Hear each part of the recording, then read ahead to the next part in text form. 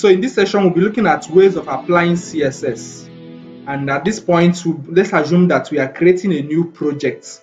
So I need to create a folder called what? You can call it any name of your choice, which is a folder we'll be doing our work currently. So for me, I want to call this folder Prog Farms. This program is one of my company.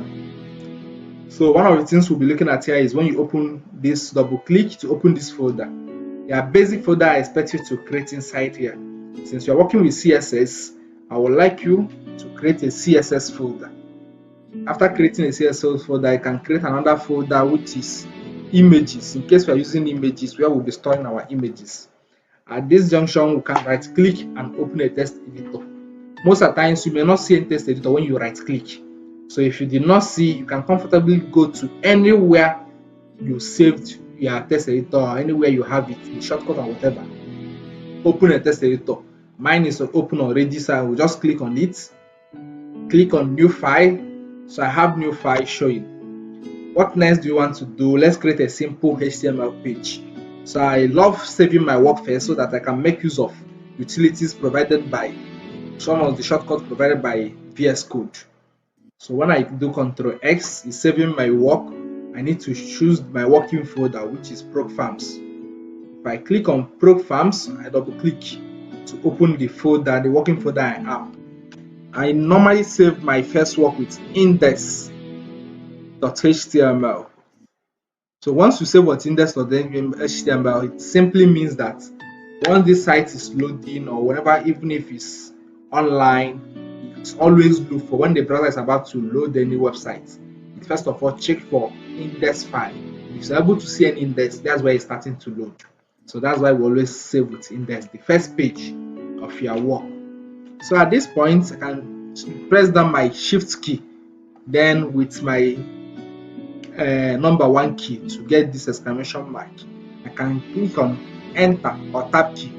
So any of these things you click will just pop up a simple HTML code for us. I can type in anything of my choice, like hello world. So can just check hello world and know what is happening in the world. I save. Now we have saved, we need to make sure that this is saving correctly in the working folder. I go back to my desktop, in fact I can see my working folder, double click. I can now see the index file. Make sure that the file type is .html. If it's not, it must have a browser. If you have any browser in your system, it must take the format of any browser you have. It must not be Chrome. Maybe if you did not set Chrome as your default browser. Sometimes you might set yours as, what would I call it, as the default to open with a text editor. So that means it will be showing the text editor at this point. So depending on what. So end of the day, all you need to do is make sure that you have what .html. Now double click on this folder to open. Think it's opening. You use any one, make sure use, if you have Chrome. I wish that everybody is making use of Chrome browser to run this project.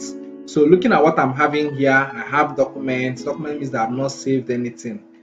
I have not saved it. I've not given my own name, website name of my choice. So you can see the hello world I typed. So going back to our text editor, we need to change that document. If you look at this title, find that you can see that document. So within the title section, we can change it to any name of our choice. I love using Prog Farms. So that's what we'll be using. Prog Farms, depending on, you can use progfarms.com. So at this progfarms.com, we have the head section, we have the body section. This is typical HTML web page. So next thing we'll be doing is, let's create some HTML elements inside of this body section. And we have explained some of these important tags here in our HTML course, where we explain that what we are having in this page, you have our doc type HTML, which stands for what? HTML5, the current version of HTML we are working with. So we have the normal HTML tag and this closing. For now, you can omit this, it's not important. So we have our HTML tag and this closing very well. Inside the HTML tag, we have these two sections. We have the head section and the body section. For now, just to make this work simple, I'm taking off the unnecessary things we have. So we have the head section, we have the body section. Inside it, all these things is wrapped with our HTML tag. So it means that every other code we are going to be writing must fall in within this HTML tag. This doc type HTML is the only thing that is expected to be outside, because it tells the browser which version of HTML we are running, which helps like when we start making use of things like Bootstrap for our CSS, find that it will make our work easier. It will tell the browser what we are working on. So the next thing we'll have is what? We can just go down and add a div within the body section. So I take away this, whatever I have, I created a div. Now I wish to have two divs. So I can either duplicate them. So I find that we have two divs. I can put anything I like let me put something like prog farms. This place I can now have maybe something like how is everything going. So that's a simple code we have at this point. We can comfortably go back to our code, test our browser and check out what is happening. So when I refresh my page, you can see that we have prog farms and we have how is it going. So one thing we made use of is div, and mind you that div is all about what? Division. It's a block element. It divides every aspect of our work. Anything we are doing, you see it. We have another tag which we call what? P tag. I can as well add a P tag, and P tag stands for what? Paragraph. I can close my P tag and I will make a simple statement where I will say this is a paragraph. So that's what we'll have at this point. I can also save. I don't need this. And we'll check our work. If we refresh, get a paragraph. So we find that it's indented, there is a space between what we have in the previous one. So that makes it a paragraph. Now we need to start bringing in style. And the first style we'll be looking at is internal styling. We have three major ways of styling in CSS, and the number one we want us to look at is internal styling. And whenever we're talking of internal styling, that means every style we are applying on this our HTML work must be inside the head section. So every style we are applying must be inside the head section. Now we can comfortably click and do what? Add the style tag within the head section. So I close the style tag.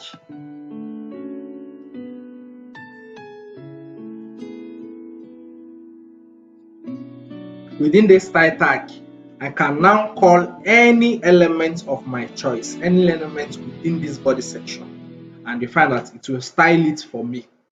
So depending on any element, and we know that element is the first word we see in a tag. Like you have body elements, div elements, p elements.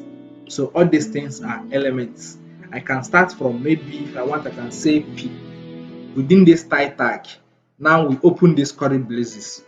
Just like a typical human being, all this thing within the head is like the simple, is like our brain. This is where the operations or calculation is being done, processing and rest of them. So we have a simple, or let me give a very good example of what is happening here. Let's assume we're in a class and this is a classroom, and this p tag, this body tag is what? The class rep. While all these ones are participants of the class or members of the classroom. So at the end of the day, we have teacher is supposed to be this section we are looking at. So mean that we can mention any name of students and the student should answer and take the instruction given to him or her. So that's what we are trying to achieve. So at this particular section, we can mention something like P, and P is a set of students known as P, as you can see within the classroom. So we can give him some instruction. One of the instruction is what I know as what? Styling. Let me call it background color, and I want to give it this color. If I save, who did I mention? I mentioned P, and that means this P tag at number 15 should take this style. I can minimize after saving. Make sure you save your work. If we refresh this work, wow, you can see that what p tag is taking this style we are giving now. So that's one good thing to take home. Another thing we'll be looking at is what we wish to add more style to style this div. So we're looking at the div tag. How do you think we are going to style this div tag? We use the same procedure, the same method we used initially. But at this time around, since we are done with the p tag, we started on line 6 and ended on line 8. You can see the opening braces and closing brace. So we need to make sure that after the closing brace, we continue with any other name we want to mention within the class. So I want to mention what? Div elements. So once I mention elements, I open this curly braces so I can add some styles to it. I can give it a background. I can also add a background color to it. And at this time, I can choose whatever I want. So you find that I have a style given to div tag. I can as well add additional information within this section. So that does not mean that you give only one information to the div. Not only one property, you can as well assign multiple properties to this section, to this div. So unlike here, I assigned only one property to p tag. But now I want to add font color. The way we add font color in web designing or adding font color in CSS is you mention color, you choose any color of your choice. I'm choosing this color. So that means we now have background color, which is the background of whatever we are doing. I will now have color, which is this. I can now save. If we go back to our browser, you will see that wow, we have these two divs. If you notice something, the two divs took the color. They are the one that our color is being assigned to. So if you go back to see what is happening, they have the same name. That means we mentioned a name that is common to both of them. A name that is common to what? Both of them. That's why both of them are taking the same style. So what we have been doing all this while is what we know as what? Internal styling. So when we are saying internal styling, that means within this section, head section, within the head section is where we'll have all this style. We need to create a style tag inside the head section and we'll start applying our styles like this. So that's one thing we are taking home at this point. So another thing we are taking home again is what? The type of style we are doing, despite it's within this head, is that we have been using what? Element selector. We have been selecting all these tags by their elements. They have an element name. I have told you what an element is. So that's one way of selecting styles. Picking our styles or styling our HTML using their element name. So we have other method of achieving it too. We can use ID selector. So when we are talking of ID selector, like for instance, what we have in line 17 and 18, assuming we want to style only line 17 and leave line 18, how do we achieve it? So initially we have elements which have the same name. So end of the day, both of them must be styled when we're using this kind of internal styling. So in order to style only line 17 without styling line 18, we can use something like ID. ID stands for what? Identity. We are trying to give them unique identities. Just like in a class, we can have something like Ben, and in a class we can have up to 5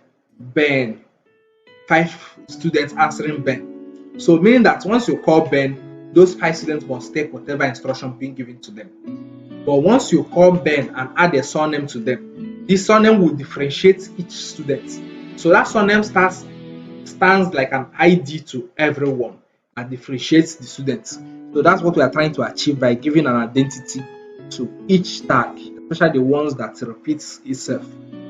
So in this place I have a name and I want to call it Ben, and in this second div I have another ID. If I want, I will leave it like this without styling it. It's okay. If you want, you can add it. For now, let's see how we can make line 17 take this color we have here without line 18, assuming it too. So how do we achieve it? We don't need to use this element selector again. If you notice, I double clicked here and it's showing me that these two guys are still involved. So in order to use ID, we change where we have div to Ben because we have mentioned the name of the student. But if we have it this way and if we save our work and check, we find that it's not going to work. It goes back to what we have initially. So in order to make this Ben function very well, for our style to know that there is somebody called Ben within this body section, we need to make sure that we specify this is an ID, that we are calling what an ID, and we use pound sign to show that we are talking to an ID. So at this point, this thing will now say any guy with the name or any student with name Ben and with an ID Ben should answer. So once you come within the body section, it will start checking for, is there any student that has an ID Ben? To say yes, on line 17 we can see it.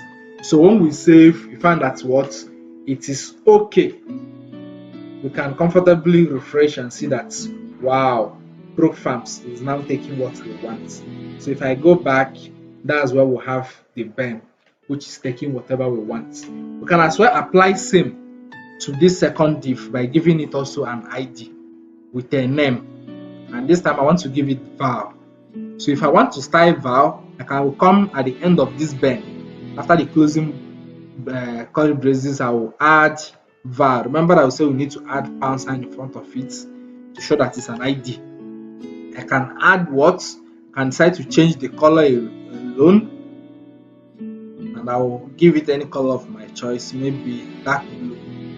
So at the same time, I want to increase the font size. So we are learning some properties that are important. So when we are talking or when we want to change the font size or when we are dealing with digits, make sure that we add the unit to it. Once we are dealing with anything numbers, as you can see below, I created a font size 30 and I specified that it should be pixel. So the system have taken note of it. We have many units depending on where you want to use it. We have things like percentage, we have EM, we have points, we have pixel, and many others. So always specify.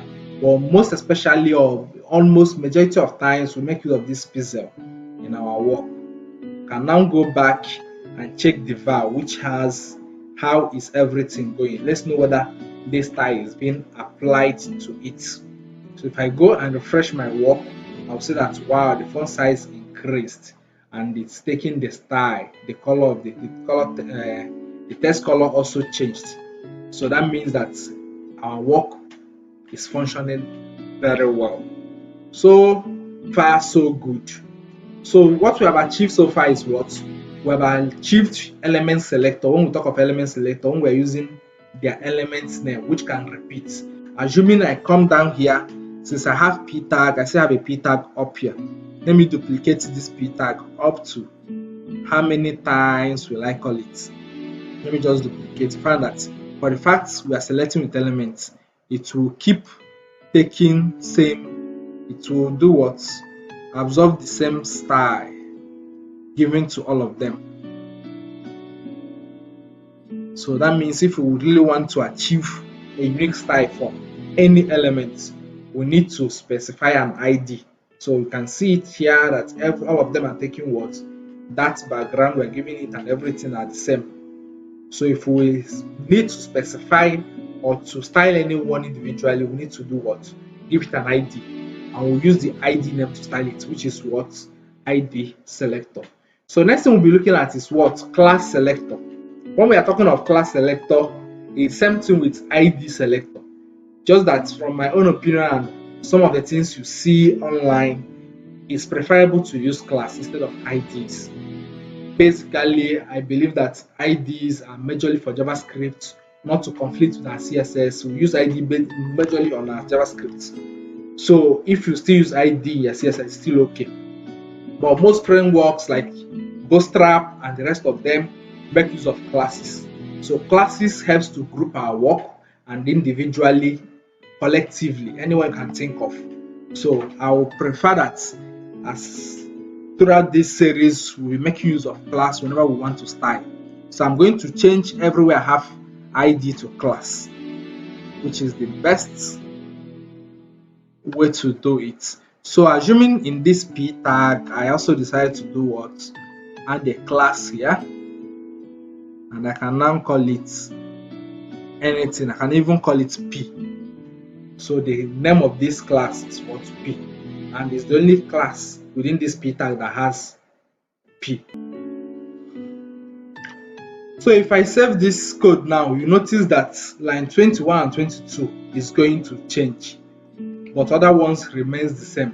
So if I go back to my browser and refresh, find that these two have changed while other ones remains the same. And what's the cause? Because we have changed the name. Instead of ID, it's now class. And whenever we are using class, we don't use pound sign again. All we need is what? Period. So we need to change anywhere we have pound to period if we want it to work. Then we can only select this P to show this P if we wish that this P on line 24 should take the color for P's while other ones remains the same. Since this P on line 24 has a class, you can come and give it a dot. Mind you, I'm giving it a dot because of what? I have the name P. So assuming I change this name to, what will I call it? Water. That means I'll have to come up here and change this thing. We must have this period with what? Water. So that's the way we can make it function very well. If we go back, refresh, you find that it's only one that has water, which is the second one. That color is there. And these two now, the color are what? Back. So at this point, we have discussed about element selector, we have talked about ID selector, we have talked about class selector. We have also discussed about internal styling. So we have done justice to internal styling. Next thing we'll be looking at now is what? External styling. Okay, or before we run external styling, let's do inline styling. So when we are talking about inline styling, we are looking at what? Within this section, the body section from line 20 to 27, as we are adding our divs, we want to be implementing style within that section. We don't want our style to be in the head section. We want the style to be within the what? Body section. At the end of this, I will explain some benefits, pros and cons of some pros and cons. Okay.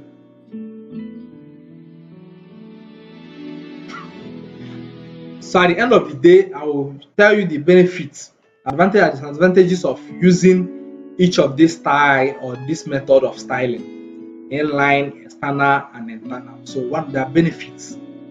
So now, working with the internal, like this div, list P tag we have here, if we check back in our code, you find that the last P tag, line 4, there is no style on it. So we can as well do what? Apply style. So for us to apply style inline, so that means like like the name implies, on line 26, we are writing the style in the same line with what we are working on.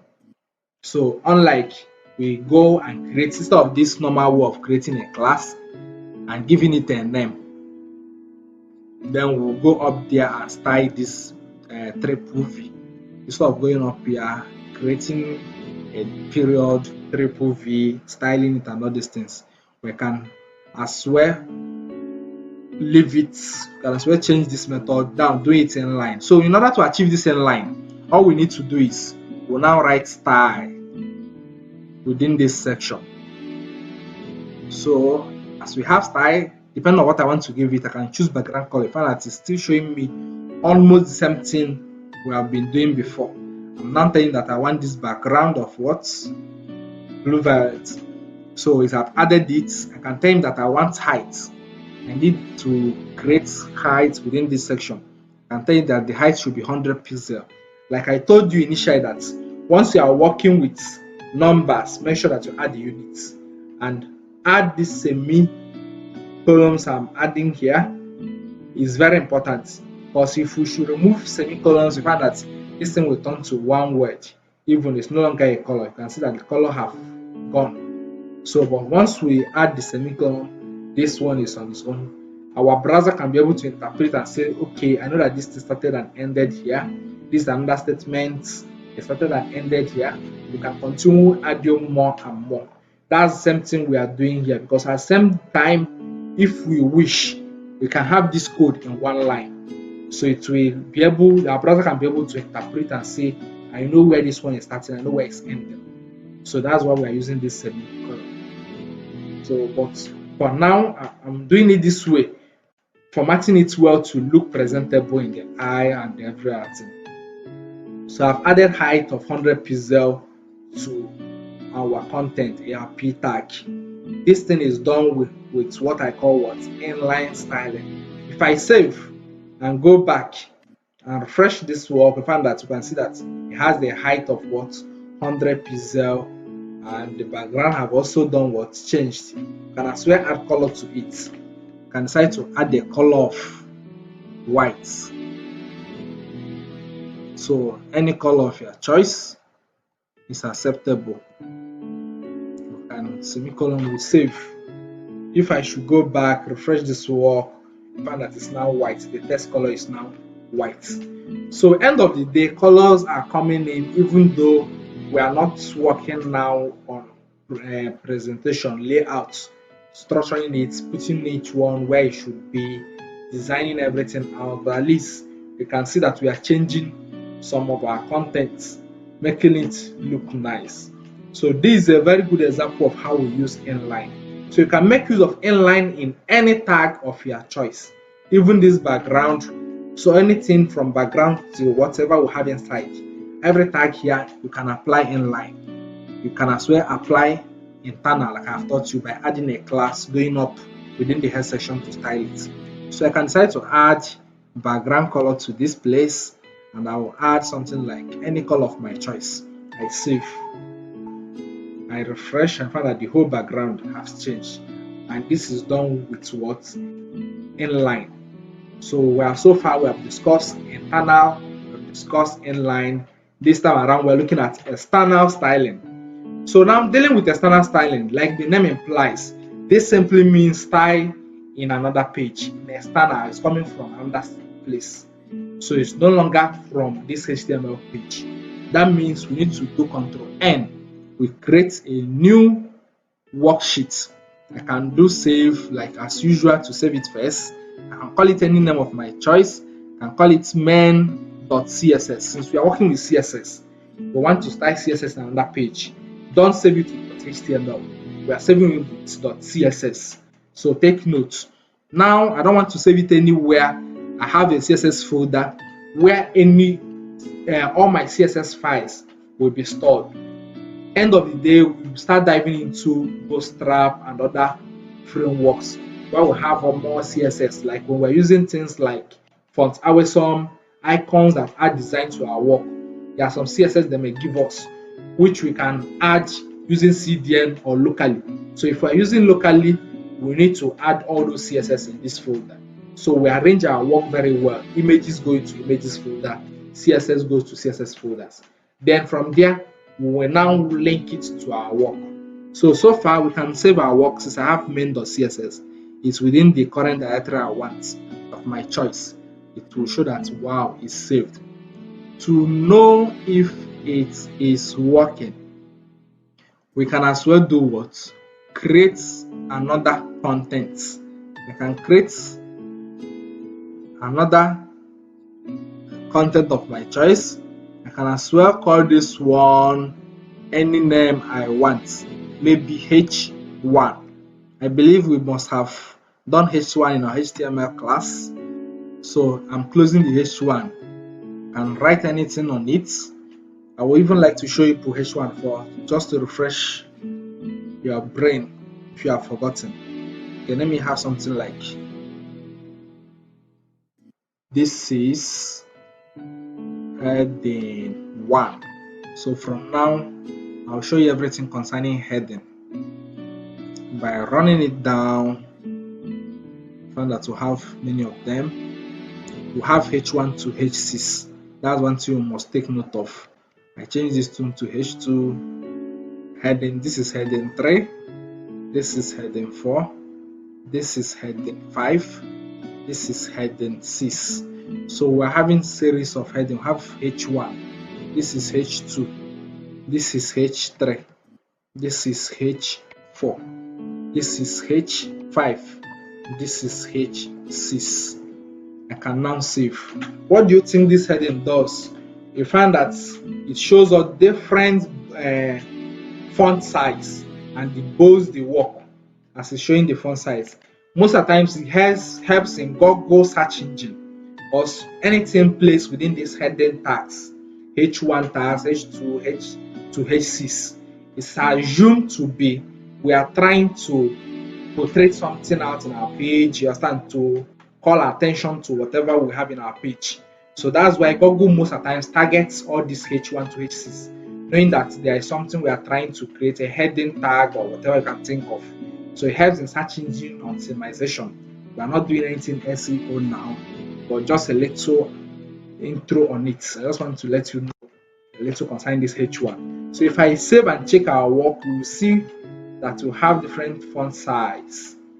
H6 is the least, H1 is the biggest.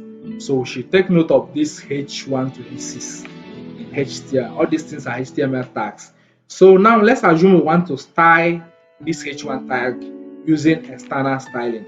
We want to give it maybe background of, okay, I want to give it a border. I would like to give it border. Okay, let's give it a background.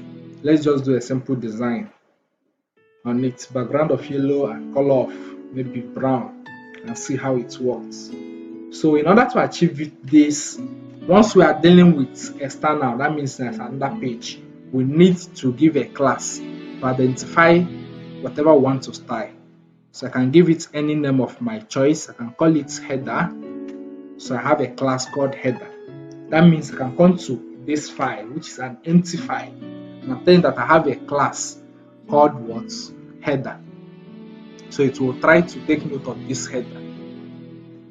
Now what do we say we want to give it? We can give it a height if we wish, and the height can be maybe 50 pixels.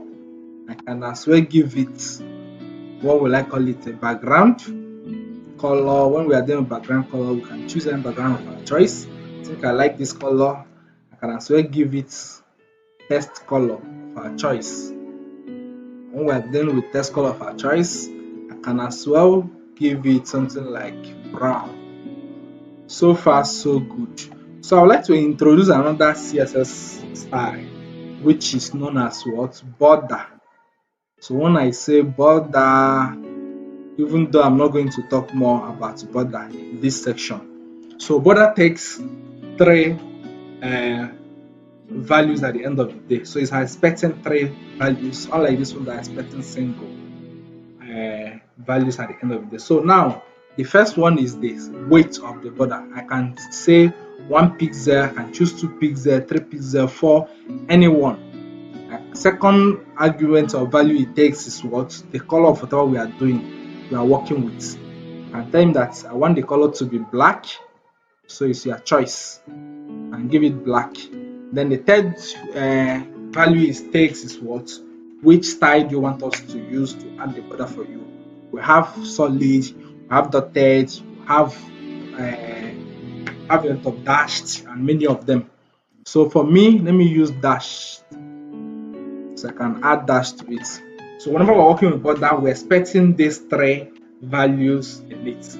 The arrangement does not matter. You can take this one to be second, third, fourth, to be the second position, while this one will be in the first. The arrangement does not matter. I will rearrange them after checking this work now. So now, if we should save and check, nothing will happen. If I refresh this page, nothing is happening here. Why? Because we need to link our work. That means that this HTML is not seeing this main.css. So we need to let this HTML work, our index of HTML, know that we have a main.css in another page, which we want you to take note of the styles and apply it whenever you have a class with the same name or an ID with the same name. So in order to do that, we need to come within the brain, which is the head section, and create the style. So we can position it anywhere. I can choose after the end of any tag, and it must be within the head section, opening and closing of head. So here I want to bring in this style. I will normally use link whenever I want to bring in external style sheets to our work. And in order to locate the parts, we use href.